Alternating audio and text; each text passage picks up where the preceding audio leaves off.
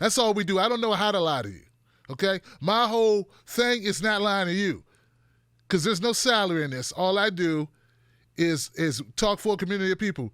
We are together. We are one. So here's the deal, guys. I sat down to this debate not expecting too much, right? Because I'm really looking for the night 2 to be the big night.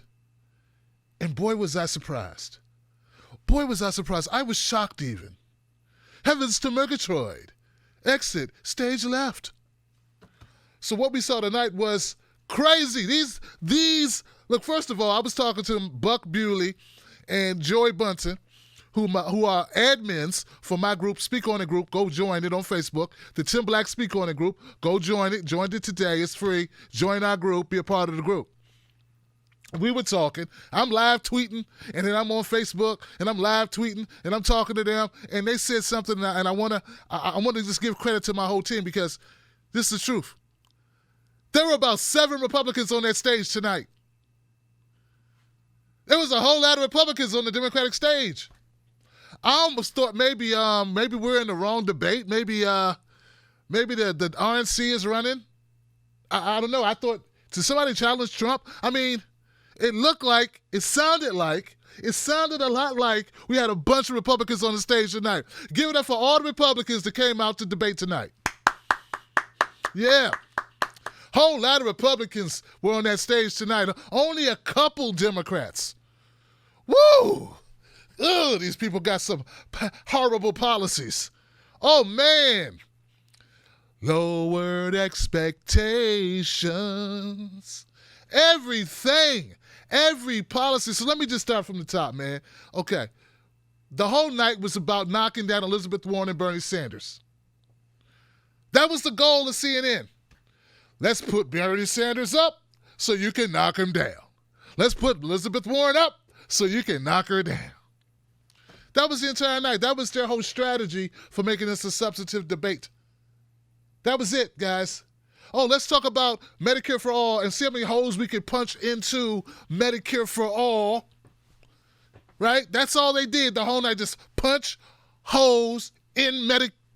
I thought I was watching a Joe Pesci movie, a Robert De Niro Joe Pesci movie. He was just punching holes, and that guinea sucker, that guinea bastard, they was hitting Medicare for All with a nice pick, guys, right in the throat all night. That's what they did. It was despicable. It got so bad at one point where Bernie Sanders said, you know what? You know what you're doing? You are creating a campaign ad. You are creating a campaign ad for the Republicans right now. That's what this is. You are using Republican talking points, Jake. That's a Republican talking point. That's all it is. You know, Bernie got pissed off, man, and Bernie started becoming the Bernie that we love because he started punching back. Yeah. He let a couple of dams fly. Yeah, he had to, man. It was despicable what they were doing. Why would anyone want to give up their crap insurance for free insurance? Why would anyone want to give up their current health care for health care that's cheaper but better? No one would want to do that. That's crazy. Why would anyone want to do that? It makes no sense. Sure, we like overpaying for substandard service because we're used to doing it, so why would we want to stop doing it? All right. So let's be more specific, guys. All right. I was surprised. I was impressed with Bernie Sanders and with Elizabeth Warren. Yeah, Elizabeth Warren did a good job. When Elizabeth Warren needed to, Elizabeth Warren stepped up, guys. So we don't give it up for Elizabeth Warren tonight. She stepped up a couple times in key moments. She did her thing. And actually, because see, look, this is real. We keep it real. She stepped up first. Okay? Because they were coming at Bernie first. And they were throwing stuff at Bernie, and Elizabeth stepped up like, all right, cut the hickory smoke, cut the doodads and the blubber blabber and the fudgety sticks, shut the front door and cut off the lights. This is, gee willikers, this is stupid. Yeah, so Elizabeth Warren, they pissed her off. She almost said darn. She was this close to saying darn it. Even Elizabeth Warren got tired of the nonsense, guys. It was ridiculous. Guys, I'm trying to tell you that we saw plain and simple that the biggest enemy to progressives is not Republicans. No, the biggest enemy to progressives and progressive policies, it's not Republicans. It is centrist, neoliberal, sellout, corporatist Democrats. That's who it is. It's the John Delaney's. It's the John Delaney's brand of politics, if you even call it that. John Delaney, he might as well just be out there. He is a prostitute for big corporations. That's all he is. So he had to get punched in the mouth a couple of times, like 3-4 times by several different people. I got some specific notes. Let's refer to our notes for a couple of things. So I said there were about seven Republicans. One of the Democrats that were on that stage, and I don't even want to say Democrats, I'll say one of the forward thinkers on that stage was Marianne Williamson. Marianne Williamson kicked major butt tonight. In fact, guys, I'm going to say it. Marianne Williamson stole the night. I think if you watch this objectively, you watch it and you're not like, oh man, she's going to be all philosophical. If you just watch, she had the best finger on the pulse of what needed to be said when it needed to be stated. And she wasn't given a lot of opportunities. So given a limited amount of time, she made the most work for her. She made her opportunities work for her. She had some standout lines. She even said it. She said something like, I don't even know why you guys are running. Why you're Democrats? Why are you Democrats? Sounds like you want to be Republicans to me. She actually said that. And it was true. And Elizabeth Warren said something very similar too. She's like, I don't understand why you go through all this trouble to run for president and then say there's a bunch of stuff we can't do. Because the whole night was full of John Delaney, John Hickenlooper, Tim Ryan. Yeah, Tim Ryan, all throwing as much cold water on any big ideas that were there. And to a lesser degree, so does Steve Bullock. I mean, this guy, he comes in the race late, and all he wants to do is be a naysayer, for the most part. I think he kind of caught himself like, I'm beginning to sound like these other guys. I'm beginning to sound like John Delaney, and no one likes that guy. I mean, I'm a sitting governor. I don't need to sound like a jerk like these guys, right? Pretty sad. So, of the most disgusting, or who had the worst performance in my opinion, I don't know. It's sort of a toss-up between John Delaney and Tim Ryan. I was very disappointed in Tim Ryan. There was one part of it, and I can't wait to show you guys this clip if you didn't see it. There's one part where I shit you not, guys. There's a back and forth between Tim Ryan and Bernie Sanders. Now, everyone in America knows how Bernie Sanders talks. We know that Bernie Sanders is loud, and his arms does like this, right? Tim Ryan looks like he's about 6'5", right? He's built like a tank. He's 6 places away from Bernie because Bernie is the guy. He's number one, Elizabeth's number 2. Can you believe that Big Tim Ryan said, you don't have to yell, Bernie? Everyone in Ohio should have just said, you know what, that's it for this guy. Screw this guy, he's out of there. You don't go on the world stage and complain about 76-year-old Bernie Sanders scaring you. And that's exactly how he sounded. He sounded petty and weak. What you gonna do? You want to go up against Trump and be like, oh, Trump said mean things to me. You don't have to call me names, Trump. I'm gonna go tell my mommy he called me names. You're in a debate. The guy is passionate about what he's talking about. And another thing, Tim, unlike you, who didn't learn your lesson when Tulsi Gabbard ate your lunch. No, she didn't just eat your lunch. She took your lunch money, and then when you started bringing your lunch, your bag lunch, she took that too. And she ate it in front of you like this. Oh, you look hungry. I know the cost of a lunch. That's why I'm eating yours, Tim Ryan. Tastes good. Just like chicken. Tim Ryan learned nothing from getting his lunch eaten against Tulsi Gabbard. He came out against Bernie and tried the same thing. Someone told these losers, Tim Ryan, the John Delaney's, Hickenlooper, someone told them, the only chance you got is to go after Bernie Sanders, and they kept going after him, and none of them were successful. And it was sad. It was pathetic. It was beneath them. It was unnecessary.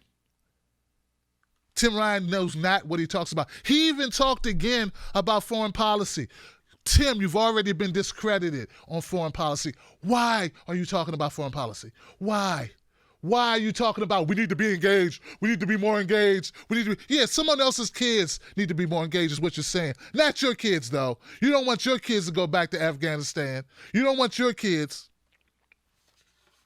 Talk about other people's kids need to be more engaged in foreign policy. We need to be more engaged. All right, so now, Beto O'Rourke. I said Beto O'Rourke needed to have a big night. He didn't have a bad night, but he didn't have a good night. He didn't have a game-changing night. Beto O'Rourke needed a game-changing night. I told you if he didn't have a game-changing night, I'm going to start a petition to get him out of there. Yeah, Beto O'Rourke is collecting way too much money for a guy who doesn't stand a chance. Beto O'Rourke did not have a game-changing night. He did not get embarrassed like he did last time against Julian Castro, who embarrassed him. Well, luckily, there was no Julian Castro there to embarrass him this time. But he did not shine. He was outshined by, dare I say, Mayor Pete Buttigieg. Pete Buttigieg outshined him. Pete Buttigieg did a better job. Well, because Pete Buttigieg is a better talker. Right? And basically a better BSer when it's need to be, okay? Let's just keep that real. Let's keep it 100. There's a couple of things, because I watched the entire debate, the entire thing, bell to bell. I noticed that there is this thing that they were doing. CNN was doing this offer show. This is all entertainment. That's all this is. They want you to see the carnage. They want you to, yell. Root for your favorite candidate. They want you to scream and anger and agony and frustration, and they want you to be engaged in it, right? So what they do is they pull things out of each candidate to kind of go at them at different points. One was Amy Klobuchar. Now, Amy Klobuchar, in her opening remarks, everyone took shots at Senator Elizabeth Warren and took shots at Bernie Sanders. All of them took shots at Bernie Sanders and Elizabeth Warren. But in Amy Klobuchar's opening statement, she said something to the effect of, I'm not going to lie to anyone here to get votes like some of the other candidates. I'm going to tell you what I can do, blah, blah, blah, blah, blah, blah, blah. So Dana Bash, who was really good at, causing a ruckus, that's like what she does. She's like, I'm going to get you. I'm going to stick it to you. I don't like any of you, like anybody, right? She asked Amy Klobuchar in your opening statement, you said that you were going to tell it straight. You weren't going to say things or promise people things and just to get votes. Who were you referring to? And you should have seen Amy Klobuchar melt. Look, I got nothing against a person who doesn't want to mix it up, who's too polite, who's polite, who doesn't want a problem, doesn't want drama. I get that. But don't sell wolf tickets in the beginning of the debate about these other people, which you're basically saying are a bunch of liars and connivers and shysters. And then when asked who you talking about, all of a sudden you get amnesia. Amy was like, what, me? I don't know what you're talking about. But I got a great story I can tell you about something that happened that I won't have time to finish. Hey, how about I do some word salad? How about I make you a word salad real quick? I got some croutons and some cucumbers and some tomato slices I can throw in there. Got some homemade blue cheese I made in the back. I can get that for you. She started word salading because she punked out. And the whole time, Elizabeth Warren is sitting over there like, oh, yeah, I wish you would say my name, girl. Oh, I wish you would say my name. Gee whiz, I really would love for you to say that I'm lying so I can come at you. I'll come across this desk and kick your butt, Amy. That's right, girl. You need to keep it tight. Keep it tight. Keep it tight. So I lost a lot of respect for Amy Klobuchar. Like, one of those people who like to talk tough, but when time comes, had nothing there. John Hickenlooper famously, like every time I turn around, it was John Hickenlooper or John Delaney bringing up Medicare for all and doing their best to shoot it down. Even when the question wasn't even about health care, they were still shooting it down. And you would think that these bad trade deals, horrible trade deals, that we all can agree looking back like, ugh, NAFTA, it sent jobs overseas. Like, everyone knows that now. Even Republicans are like, dude, NAFTA was sucked. Hickenlooper and Delaney were talking like it was still a good idea. Like the TPP, which was nothing but like NAFTA on steroids, was a good idea. And then he tried to make it be like, well, if you don't like TPP, you don't like Obama. It didn't work. The crowd wasn't into it. It was disingenuous as hell. And it was just how desperate they were to try to get some type of footing in the debate, it appeared to me.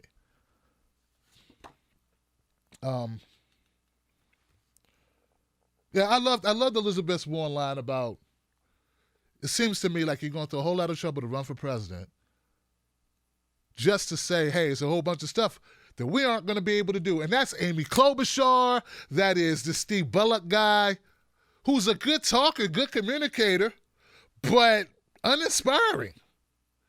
He's a really good actor. And let me take the he's a good actor. But they're selling you nothing. It's like Marianne Williamson, Senator Elizabeth Warren, Senator Bernie Sanders. They were selling. It's like they're giving you something to aspire to. As Bernie pointed out, we need a revolution and people need to be inspired to come out. You need to get people excited. And none of these people, none of these pragmatists, and they're proud pragmatists. The Delaney guy is proud to say, well, we can't do that. That's stupid to try that. It's stupid to try to give people health care. It's stupid to raise minimum wage. It's stupid. They said, Pete Buttigieg even said he said he disagreed with erasing student debt.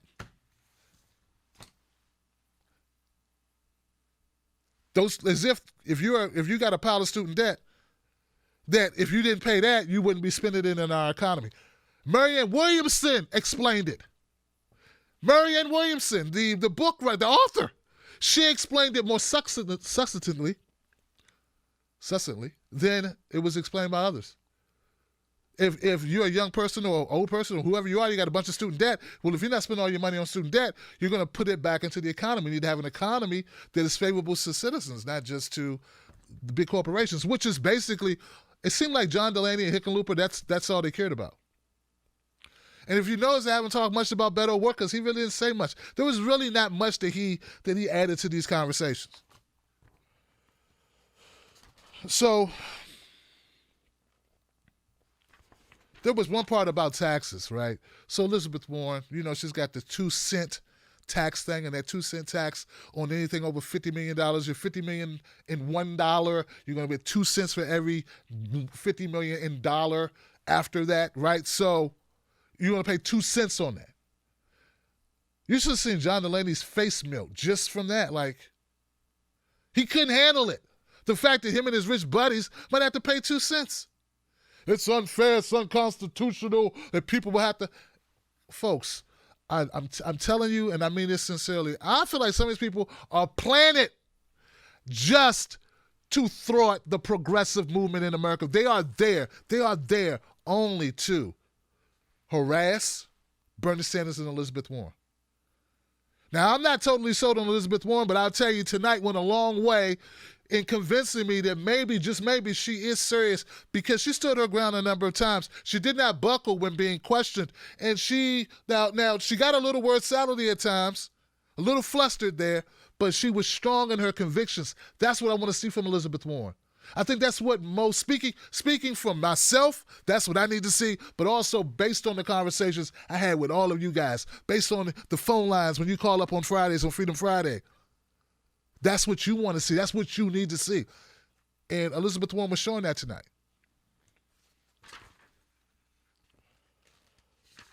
They talked about, now, Marianne Williamson did a great job when she talked about race. In fact, I think she did a beyond a great job. She sucked all the air out the room because she spoke so honestly about racial inequality and what needs to be done. And you know how people were like hanging their hats on H.R. 40 resolution to take a look at, reparations or slave reparations or, she's like, we don't need to take any looks. We already know what it looks like. What we need to do is we need to get it done. We need to have reconciliation in this country so the country can move on. That needs to happen. It's not a financing. It is a debt that needs to be repaid. And we know where the racial wealth gap came from. Now we need to do something about it. And so Marianne Williamson did a great job of articulating that, expressing it in a way. Now, Bernie Sanders, when it came to him, what did he do? He started talking about the Thurgood Marshall bill that helps this or does. It wasn't specific. Folks, I'm going to talk to Brianna Gray. I'm going to talk to Brianna Gray on the Bernie Sanders campaign. Someone needs to talk to Bernie Sanders. You need to stop talking about when you talk about DACA, you don't start talking about black folks. When we talk about the LGBTQ community, no one starts talking about immigration, right? Because all people, all issues need to be dealt separately. So the problem I have with Bernie Sanders on this issue, and believe me, he's gotten better than he was. He's gotten better than what he was. It was hard being a Bernie supporter when he was like, I don't even know what you're talking about. I have no idea. Let's keep it on economics. But you need to be able to be specific when you talk to people. Don't start talking about the Thurgood Marshall Plan and this 10-20-30 rule, which helps Latinos and it helps blacks or anybody who lives in poor areas, does not address the issue. The question is about reparations. So if you don't have a valid reason for not supporting it, then you should support it. And that's going to come back and haunt him. And Marianne Williamson, believe me, I know what's going on. I know the conversations that are going on. In fact, they're going on right now on other channels. I'm sure there are other black people right now talking about Bernie Sanders and talking about his answer on reparations, and they're going, that's not quite good enough. So I hope he gets even better. We got time. He needs to get better. He needs to get more focused, and don't bring up plans that include everyone when we start talking about one group. No one says, hey, what are we going to do for vets? How are we going to help vets? No one goes, oh, you know what? Well, we're going to do this thing for healthcare. Well, healthcare is for everybody. You don't talk about vets when you talk about vision, for vision and health vision. Or pharmaceuticals. That's not a vet problem. If I tell you our vets are committing suicide at a rate that's unbelievable, like 100 vets a day commit suicide, then it would be disrespectful for you to start talking about any other issue. Don't talk about climate change when I'm talking to you about vets. That's how black people feel when we're talking about black people. You start talking about Latinos and DACA and poor people in poor areas. It's not the same thing. A lot of people live in poor areas. They're poor people in rural America. Appalachia got a lot of poor people. That's a separate issue. I'm not saying it doesn't need to be addressed. Poor people do need to be addressed. But this issue here is specific. It needs to be addressed. And yeah, I said it. It needs to be said. And to anyone who gets butthurt about that, understand black people are the strongest, most loyal voting bloc in the Democratic Party. If you can't win the black vote, see, this is what I have problem. People think, oh, Tim, you shouldn't say that. As if I didn't say, it's like if I didn't say it, you think it goes away. No, man. It's like, look, dude, if you got diabetes, you need to handle that. If me not talking about us not talking about diabetes, not talking about our condition, does not make it go away. So if you say, Tim, why you bring it up? It doesn't matter why I brought it up. Be glad I brought it up. That way it can be addressed. All right. The climate crisis. Yeah, we had people on the stage arguing against, not really, how can I say this? Arguing about the way that we should implement it. Arguing about how we should implement it and what rate we need to start cutting carbon emissions and what rate we need to do these things. So my thing, we need to be aggressive. If scientists say we got 10 years, how about let's get the kickstart on that now? Like, and you still got people like Hickenlooper who, these people do not need to be in this race, guys. They do not need to be in this race. These people, I want somebody to help me do some research on Tim Ryan, Hickenlooper, John Delaney, and Bullock. I need to find out who's funding their campaigns. The Green New Deal has things that needs to be improved. It needs to be more specific. I get that. But the spirit of the Green New Deal is addressing climate change. I think people, they just disagree with something just so they can make a little name for themselves. They're trying to build a lane for themselves, is what I get. That's what I get. When asked how would Pete Buttigieg, how would he appeal to African-American voters, he said that as an urban mayor, the racial divide lives within me. I don't even know what that meant. And this is what I mean about some of my knocks about Pete Buttigieg. What does that mean? I know some people watching, they probably thought, oh, that was nice, that was eloquent. Yeah, but what did it mean? The racial divide lives within me. You're racially divided on the inside? I'm sorry, on the inside, you have no color. You just veins and organs, blood, capillaries. What are you talking about? So there's like this lofty talk that people get into that it just sounds, that's why I don't knock Bernie to a large extent on these issues, because he doesn't start talking like Pete Buttigieg. You get what I'm saying? He's gonna get better, but he's not as bad as Pete Buttigieg. He'll start talking lofty terms that make no sense. The racial divide lives within me. So does gas. What's that got to do with racial wealth gap? So, now we could talk about this all night, but what you need to know is the best performance of the night. The best performance of the night goes to Marianne Williamson. A close second will go to Bernie Sanders. Basically tied with Elizabeth Warren, but I think a slight edge for Bernie Sanders, just because he had to parry more issues from others than Elizabeth Warren did. But Elizabeth Warren, like I stated, I was surprised to see her be a team player with Bernie Sanders. Based on what happened in 2016, I wasn't sure if that's who she was. At least tonight it was. Now, I realized that maybe it was just strategy. I know Cenk Uygur sent out a video where he said Bernie Sanders and Elizabeth Warren, they need to work together. You know, they need to work together. They need to team up, and they need to work together. Of course they need to work together. Okay. You're right, they work together. My thing is, that does not mean that makes Senator Elizabeth Warren a better candidate. I think if push came to shove, Bernie's a stronger candidate. I think that was proven tonight by the deference paid to him. I mean, no one had to tap out. Tim Ryan basically tapped out with Bernie. Oh, don't be so mean to me, Bernie. That's a tap out. No one tapped out with Elizabeth Warren. Okay, so, but she did a good job. Don't get me wrong, she did a good job. The worst performance of tonight go to John Delaney. Hands down, worst performance. This guy, I hope he goes bankrupt funding his own campaign. Because I know no one could be contributing to it. I'd like to know the people that gave to the John Delaney campaign. What is wrong with you, and how long have you been a Republican? I'd like to know these things. Second worst performance would go to Tim Ryan.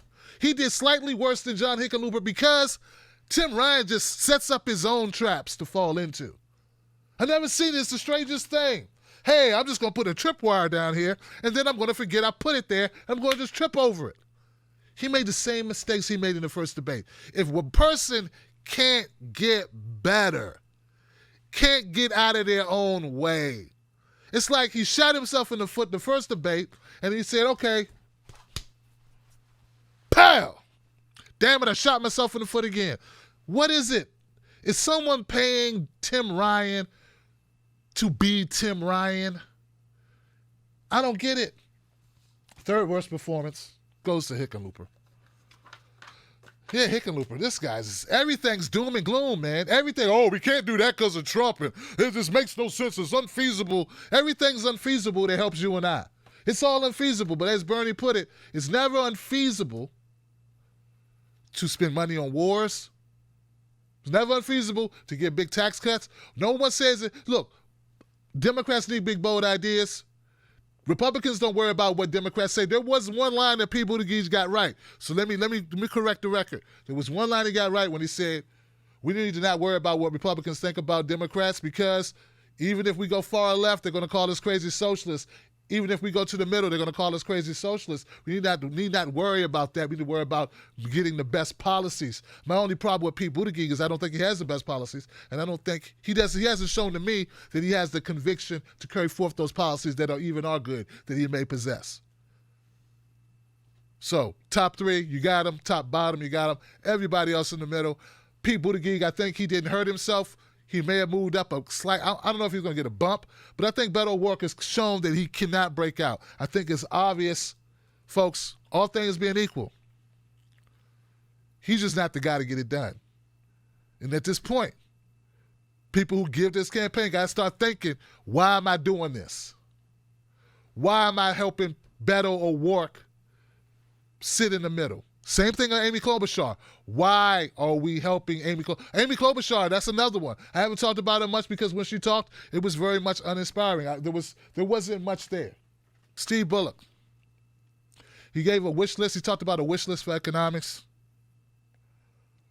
Said, we don't have time for a revolution. That was his opening statement, I think it was. He said we don't have time for a revolution. But Steve Bullock apparently believes we have time to keep doing what we've been doing that's not working. I mean, if all the money is going basically to the top and the people in the middle are getting screwed and the people on the bottom are screwed over, then what do we have time for exactly, sir? No, we damn sure got time for a revolution. In fact, any time we spend not fighting for that is wasted time, Steve. You're uninspiring, sir, and you're disingenuous. If you were hurting, you would want us to take the boot off your neck. That's the form of revolution. We need bold action right now. That's what America needs. And these people that believe that they're going to beat Donald Trump being nice, you're not going to back your way in and, oh, God, we beat Trump. How'd that happen? That's not how it's going to get done, Steve. Closing statements. Here we go. Closing statements. Bullock, uninspiring, but a good story. Thank you for your story. Tip your waiter on the way out. Thank you. Marianne Williamson, strong closer. But I'm not convinced that she's a person that can provide the change that she's talking about. I don't believe that Marianne Williamson will be the vessel. And I don't think she believes that either. But I'm damn glad she came to the party. You understand what I'm saying? Like, she had something to say, and I'm glad she said it. Delaney, all about what we can't do and about divisiveness. You know something? To all you neoliberal people in the middle, I don't believe divisiveness is the reason why almost 100 vets commit suicide. I don't believe that's the reason why people are ODing off of opiates. I don't believe that's the reason why we got mass incarceration. Though we only have 5% of the world's population, we have 20% of the world's prisoners. I don't believe I don't think it's divisiveness that makes us have a private industry, a private prison industry that's booming. I don't think it's our divisiveness that has us in war in 8 different places. No, it's not divisiveness that this word they like using because Trump's in office. Last time I checked, before Trump was in office, we still had mostly segregated cities. We still had discrimination. We still had racism. We still had xenophobia. We had all these phobias, but they just weren't talked about so much. So his whole thing about divisiveness is, when I hear that type of stuff, my brain cuts off. I would stop listening and turn off the TV, but I had to keep taking notes. Hickenlooper actually said in his closing argument, I'm as progressive as anyone up there. And I was wondering if the guy's eyesight had left. You know there's still people on the stage, right? Maybe you should say that when it's over and everyone's left the stage. Only way you'd be the only progressive on stage is if everyone was gone and you were the only one on stage. Then you could say you're the only progressive on stage, or you're just as progressive as everyone else on stage, because you are not progressive, Hickenlooper. In what world? That's why we need to get rid of labels totally, because people like Hickenlooper can claim them. Guys from Colorado. He say, I'm a Washingtonian. No, you're not. Well, yes, I am. I'm a Washingtonian. You weren't born in Washington. So what? I'm a Washingtonian. Amy Klobuchar wants to tell you a sad story, but give you no inspiring feeling at all that she's a person that could create a happy story from that sad story. Don't just tell me sad stories, Amy Klobuchar, and not be the woman or the man or person, the human being, the individual, the candidate that could turn that sad story into a great story of triumph. Amy Klobuchar, you do not inspire that. And you telling me I've won every election I've been in, probably because you raised more money than the person that ran against you. Okay? All right? And also, I've been trying to put my finger on it, what it is about Amy Klobuchar I don't like. And finally, you talking in your closing tonight told me what it was. You know what it is, guys? She's a former prosecutor, just like Kamala Harris. I don't vote for people that lock people up. I vote for people to get innocent people released. Done with you. Beto work. He had a decent closer. Bringing people together, that's a great thing, but I still don't feel like you're the person to do it, man. I just don't feel like it's you, Beto. And I am the Keanu Reeves of the Democratic Party. I am the candidate that believes that we can all learn how to pop lock at one time. It's uninspiring. It's, you know what, it's entertaining, sir, but we need more than entertainment. We need substance, and we need someone who is vigilant and resilient, and I just don't see that in you. Buttigieg, good speech. But but I listen to what you say, Boot. I listen not just to how you say it. I listen to the words. I write them down. I go back and read them. I don't think most people do when you talk. I think they just listen to the tonality and the speed. These are things that you learned while you were what the CIA or whatever. I don't know what it is. Programming, disinformation, screening, training class you took in your cyber whatever thing you did for the McKinsey project with Clinton or whatever it was you did. Look, the bottom line is that Pete Buttigieg is not, he's not real. He seems to be a fabrication of things put together in order to achieve a certain emotional reaction from you. But if you look at what he says, similar to what he said when we talk about race, as a mayor of a racially diverse town, the division is in me. Like, it doesn't make sense what he's saying. Warren's her closer, she started off with a stump speech. But she impressed me because she switched out of her stump speech and then she went real. She mixed it up with talking about the government should work for the average Americans. And this is when Warren is at her best, when Warren seems more authentic and she's talking about the corrupt government. Because I believe deep inside that Elizabeth Warren does believe our government is thwarted by corruption and big money interest influence.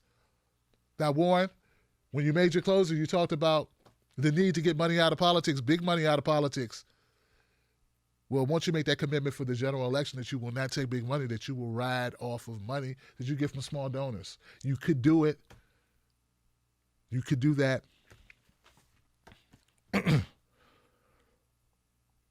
Oh, and I'm sorry. Let me just say this before I go to the big finisher for the night. I will say this. Marianne Williamson had another line, guys. Don't quote me verbatim, but it's pretty close.